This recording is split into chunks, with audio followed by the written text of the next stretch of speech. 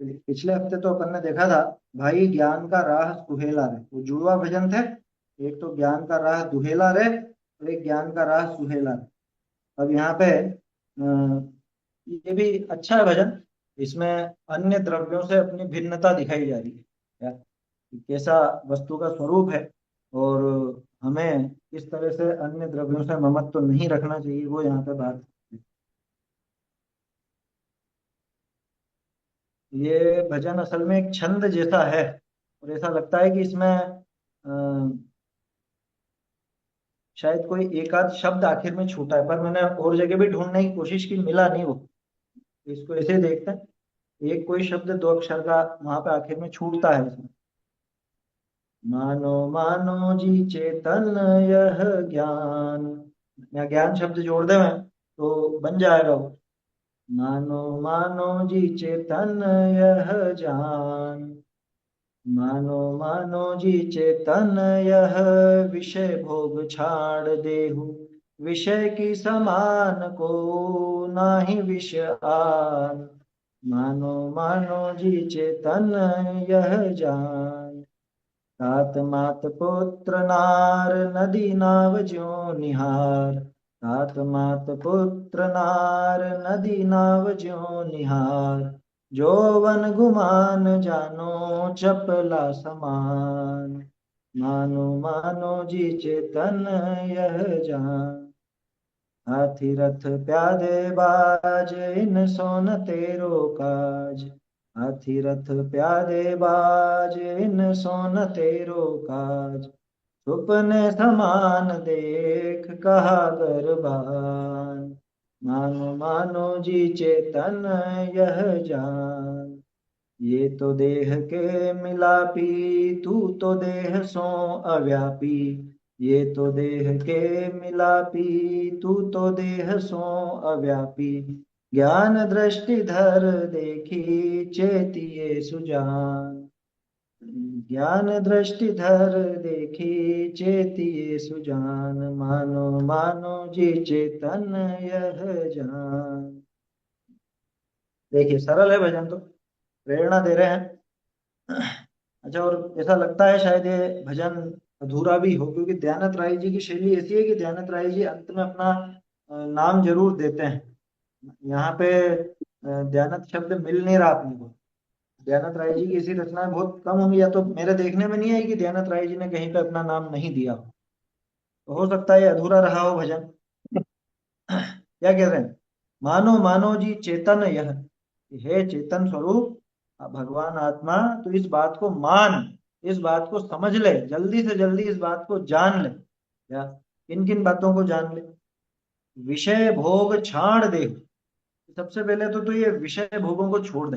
पांच इंद्रिय के जो विषय भोग हैं, देखो, विषय तो पूरी दुनिया है, ठीक है ना, लेकिन भोग पूरी दुनिया नहीं होती। भोग तो जिनमें हमारी आसक्ति हो, जिनमें हमारा विशेष राग पड़ा हुआ, वो विषयों में विषय भोग कहलाते हैं। ठीक?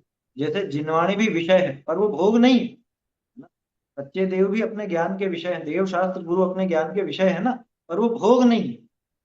भोग तो वो है कि जिनमें फंस करके जीव असल में पाप कमाता है। असल में तो भोग उन्हीं को कहा जाता है। मानो मानो जी चैतन्य है, विषय भोग छाड़ दे। पांच इंद्रिय के जो विषय भोग हैं, जिनमें अटक करके तू अपना अकल्याण करता है, इनको छोड़ दे। क्या? क्योंकि इन विषयों के समान, विषय की समान को नाही विष आन, इन विषयों के समान कोई भी अन्य विष नहीं है। विष माने जहर। इनके जैसा जहर दूसरा कोई नहीं, इनके जैसा जहरीला पदार्थ और कोई नहीं। क्योंकि इनको भोगते समय ऐसा लगता नहीं है कि हम जहर भोग रहे हैं, इसलिए ये खतरनाक है। दूसरे जहर में तो ऐसा है कि मालूम है कि ये जहर है, तो उनसे बच के रहेंगे।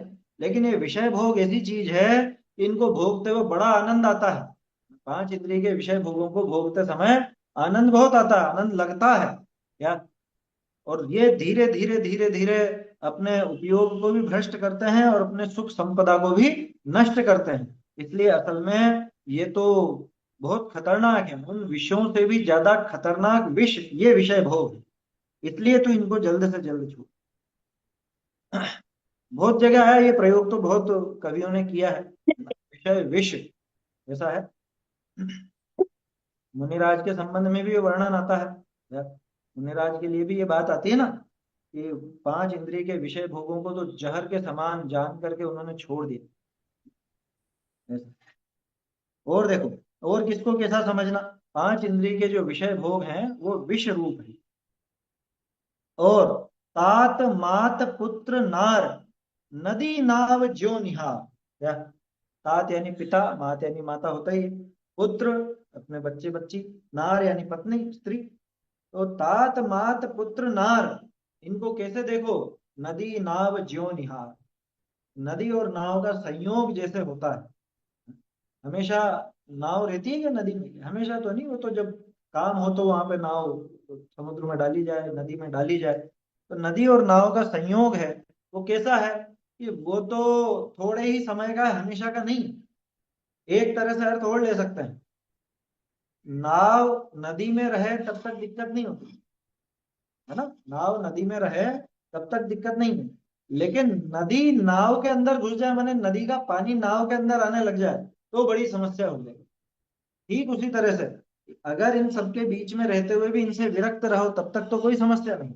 लेकिन इन सबके बीच में रहकर ये ही, इनमें ही आसक्ति बढ़ती गई, इनमें ही अपना ममत्व बढ़ता गया, या इनमें ही अपनी समझ लो सारा उपयोग, सारे के सारे भाव इनके प्रति लगाए, तब तो समझ लेना कि नाव में पानी घुस चुका है, ये तो नाव डूबेगी डूबेगी। नदी नाव का संयोग ये आपने कई वैराग्य भावनाओं में भी सुना होगा, नदी नाव संयोग मिलत ज्यों, ऐसा आता है। तो नदी और नाव का संयोग का मतलब अस्थिर संयोग है, हमेशा का रहना वाला नहीं। एक और अर्थ अपन ले सकते हैं कि नदी, वो जो नाव है, वो उसकी बनावट ऐसी है कि उसमें वो थोड़ा भी पानी हो या कुछ भी हो तो डूब ही जाती है। क्या? नदी दिखने में नाव को तिराने वाली दिख रही है, लेकिन वास्तव में देखा जाए तो थोड़ा भी वजन बढ़ते ही वो नाव डूबती है। वही वाला उदाहरण है असल में कि पानी अंदर घुसा तो नाव डूबेगी डूबेगी।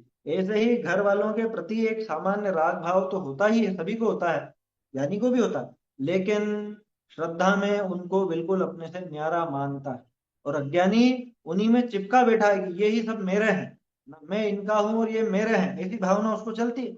हमें सारजी में आता है ना, अपने 20 21 22 गाथा, 19 20 21, वैसी बात है यहाँ।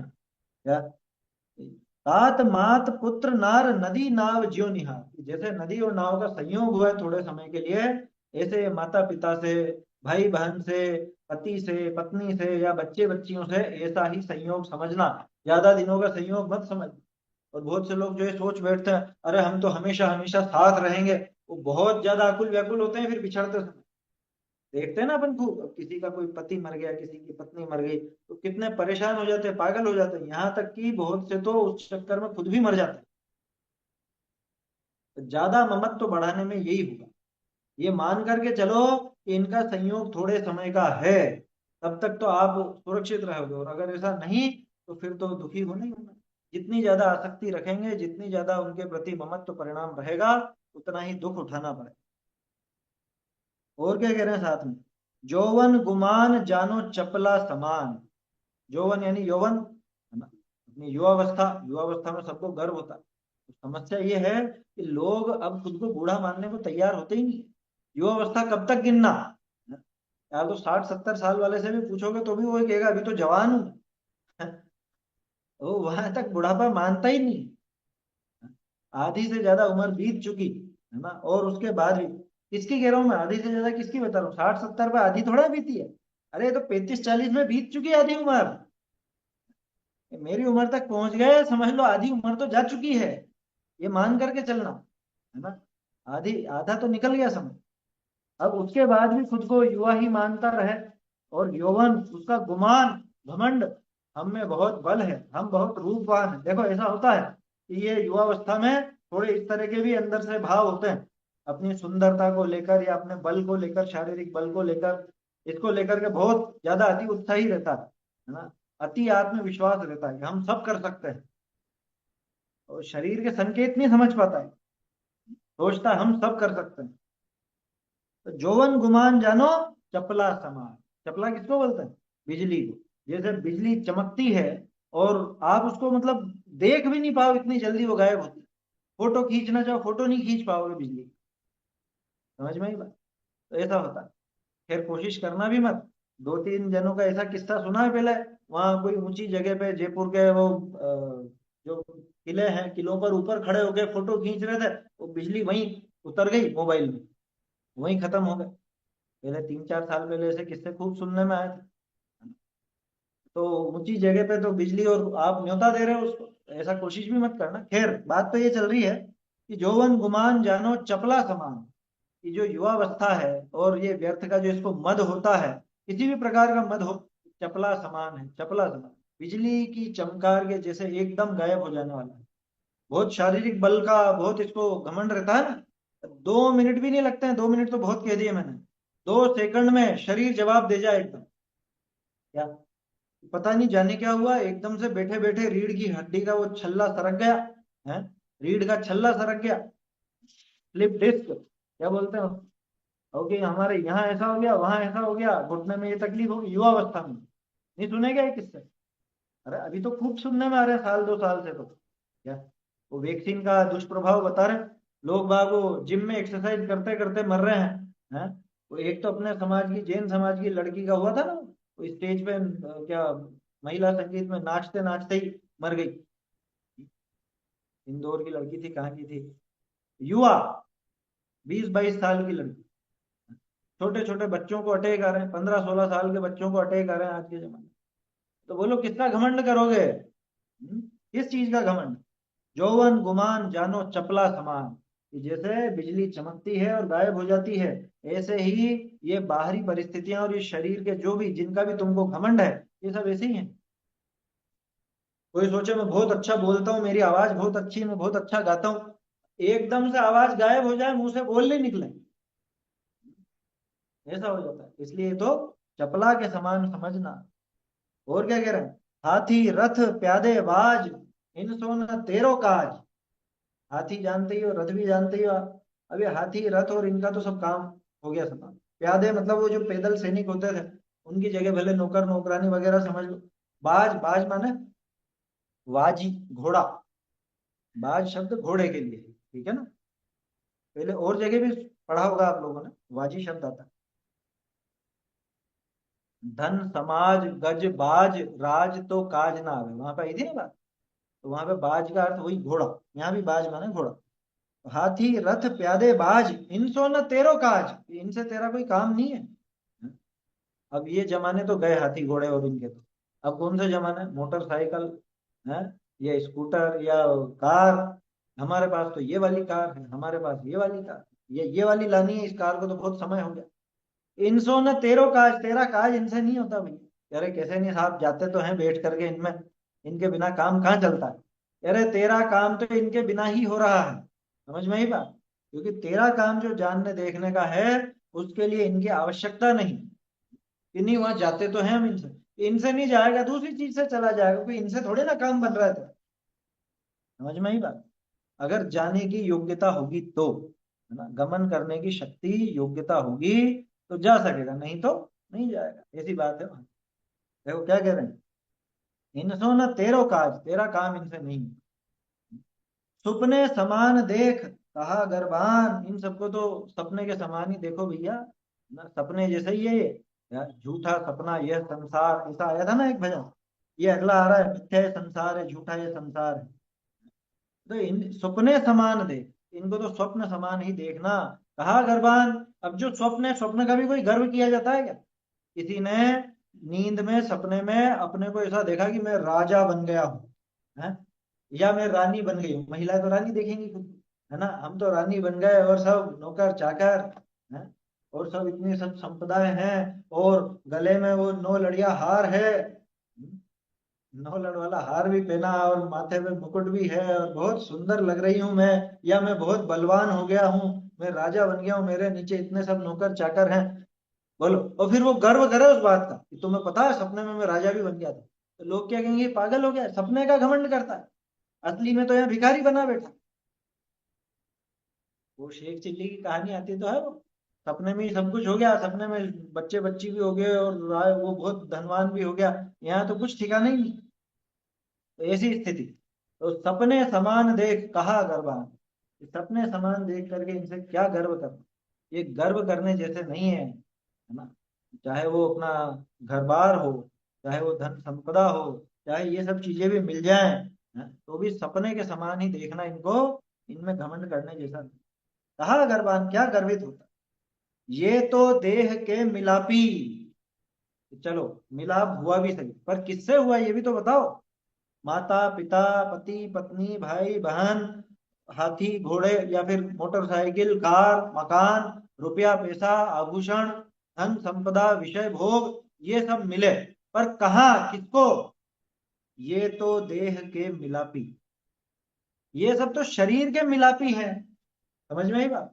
शरीर को मिलने वाले हैं, इनका संबंध किससे, आत्मा से तो इनका कोई संबंध होता नहीं, इनका संबंध तो शरीर से होता है। और तू, कि तू तो देह सो अव्यापी, कि तू देह में व्याप्त नहीं होता, न शरीर तुझ में व्याप्त होता है, न तू शरीर में व्याप्त होता है, तू तो शरीर से न्यारा ही रहता है, तू तो देह सो अव्यापी। इतनी बढ़िया बात, ये तो देह के मिलापी, तू तो देह सो अव्यापी। ये सब देह से मिलाप वाले हैं, देह से मिलाप रखते हैं, और तू तो देह से ही न्यारा है, तो इनसे कहां से मिलेगा। देखो कितनी दूरी हो गई, कि ये किसको मिले, तुमको मिलेगा, कि हाँ साहब, कि तुमको नहीं मिले, ये हमको नहीं मिले, किसको मिलेगी, शरीर को तो मिले। तो ये बताओ कि तेरी शरीर में कितनी व्याप्ति है। शरीर जैसा तू चाहता है वैसा चलता है, नहीं। शरीर तेरे साथ हमेशा रहता है, नहीं। तो जब शरीर तेरे साथ हमेशा नहीं रहता, तेरे कहे अनुसार नहीं चलता, तो तू और शरीर ये दोनों आपस में अव्यापक हैं। बस इतना संबंध हुआ है कि एक ही क्षेत्र में, आकाश के एक ही क्षेत्र में दोनों का निवास बन रहा, बाकी तो दोनों ही न्यारे न्यारे हैं। न तो शरीर आत्मा रूप हुआ, न आत्मा शरीर रूप हुआ, तो तू तो देह सो अव्यापी, और ये सारे देह के मिलापी। तो क्या करना हुआ होगा इनका। आपके पड़ोसी के यहाँ पे रिश्तेदार आए, उसके, है ना, आपके पड़ोसी के यहाँ बहुत सारे लोग आए, बहुत मेहमान आए, तो ये बताओ आपका क्या है उसमें, आपका उनसे क्या संबंध है। हाँ? ये उनसे हमारा लेना देना ही नहीं, वो तो पड़ोसी के यहाँ पे आए, समझ में ही बात। तो पड़ोसी के यहाँ आए हैं, तो अब मैं उसमें क्या करूं, गर्व करूं, खुश होऊं, या घमंड करूं, क्या करूं मैं उसमें। तो पड़ोसी के हैं, बस ऐसे ही समझना है। सभी तरह के मद दूर हो जाएंगे, कि हमारे पिता का खानदान ऐसा, हमारी माँ का खानदान ऐसा। अरे तू किस बात का घमंड करता। एक देखो बढ़िया बात है वो भी, क्या तूने, तेरे माता पिता चुन के पसंद करे थे क्या, चुने थे क्या, माता पिता कोई चुनता है क्या। जब तूने चुने नहीं, तू उनको लाया नहीं, तो तुझे किस बात का घमंड है कि माँ का या पिता का, किसका। और दूसरी बात कर लो, शरीर का भी, क्या तू चुन करके तूने शरीर पसंद किया कि मेरे को ये शरीर चाहिए। किसी से भी पूछ लेना, सब यही सोचेंगे कि नहीं, थोड़ा सा इसमें ऐसा होता वैसा होता।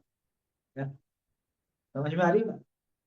सब कुछ ना कुछ तो कहेंगे ही सही, कितना भी वो शरीर की तरफ से देखे तो कितना भी वो अच्छे से अच्छा मिल जाए, लेकिन कुछ ना कुछ उसको लगेगा ही। थोड़ा सा बस और हेल्दी होता मैं, या थोड़ा सा थोड़ा दुबला होता, या थोड़ा सा रंग ज्यादा गोरा है, थोड़ा सा सांवलापन होता है, या थोड़ा सा गोरापन होता है, और कुछ नहीं, तो थोड़ा सा मेरा वजन कम होता है या ज्यादा होता, थोड़ी सी 1 इंच लंबाई थोड़ी सी और बढ़ जाती, बोलो। या और कुछ नहीं, तो आंखों पे चश्मा ही नहीं होता। समझ में आ रही है बात, कि इतना तो होता। कौन है जो पूरी तरह से संतुष्ट है, कोई नहीं। अब गजब की बात है कि तूने ये पसंद नहीं किया, तो शरीर, शरीर तेरा चाहा हुआ नहीं है, तेरा पसंद किया हुआ नहीं है, और तुझ में व्याप्त भी नहीं होता है, तो फिर तू क्यों इसका गर्व कर, तू क्यों इसके पीछे पागल हो। बात ये, तेरी लाई हुई चीजें हो, तेरी करी हुई चीजें हो, तब तू उसका गर्व करे तो समझ में भी आ रहा। जो कुछ करे ही नहीं, जहां कुछ अपना चले ही नहीं, जिससे इसका संबंध ही नहीं, अपने आप आई हैं, अपने आप चली जाएंगी, अपने आप उनका परिणमन होता है, और उसके बाद फिर ये घमंड करा, ये क्या मूर्खता है। ये तो देह के मिलापी, और तू तो देह सो अव्यापी। ज्ञान दृष्टि धर देखी, चेतिए सुजान। ज्ञान दृष्टि धर करके देखो भैया, अपने सही सही ज्ञान करो इनका, इन वस्तुओं का भी। चेतिए सुजान, तो चेत जा, चेत जा मतलब समझ जा, संभल जा। अब ऐसी मूर्खता मत कर, अनादिकाल से जो मूर्खता करता आया है, अब इस मूर्खता को छोड़ दे। ज्ञान दृष्टि धर देखी, चेतिए सुजान। ज्ञान दृष्टि धरकर देखो, है ना, सम्यक ज्ञान की दृष्टि से, वो देखा तो था अपन ने 225 में। जैनी नीति, जैनी नीति से देखो, ज्ञान की दृष्टि से देखो, जिनवाणी जैसे दिखा रही है वैसी वस्तु को देखो, और चेत जाओ, मानो मानो जी चेतन है चेतन, है तो नाम ही चेतन है, चेतने वाला, और तू चेत नहीं रहा। चेतने वाला मतलब समझने वाला, सचेत हो जाने वाला। गजब की बात है, नाम चेतन है और चेतता नहीं, नाम ज्ञानवान है और ज्ञान नहीं करता, जीव है और झूठे जीवन में ही उलझा हुआ है।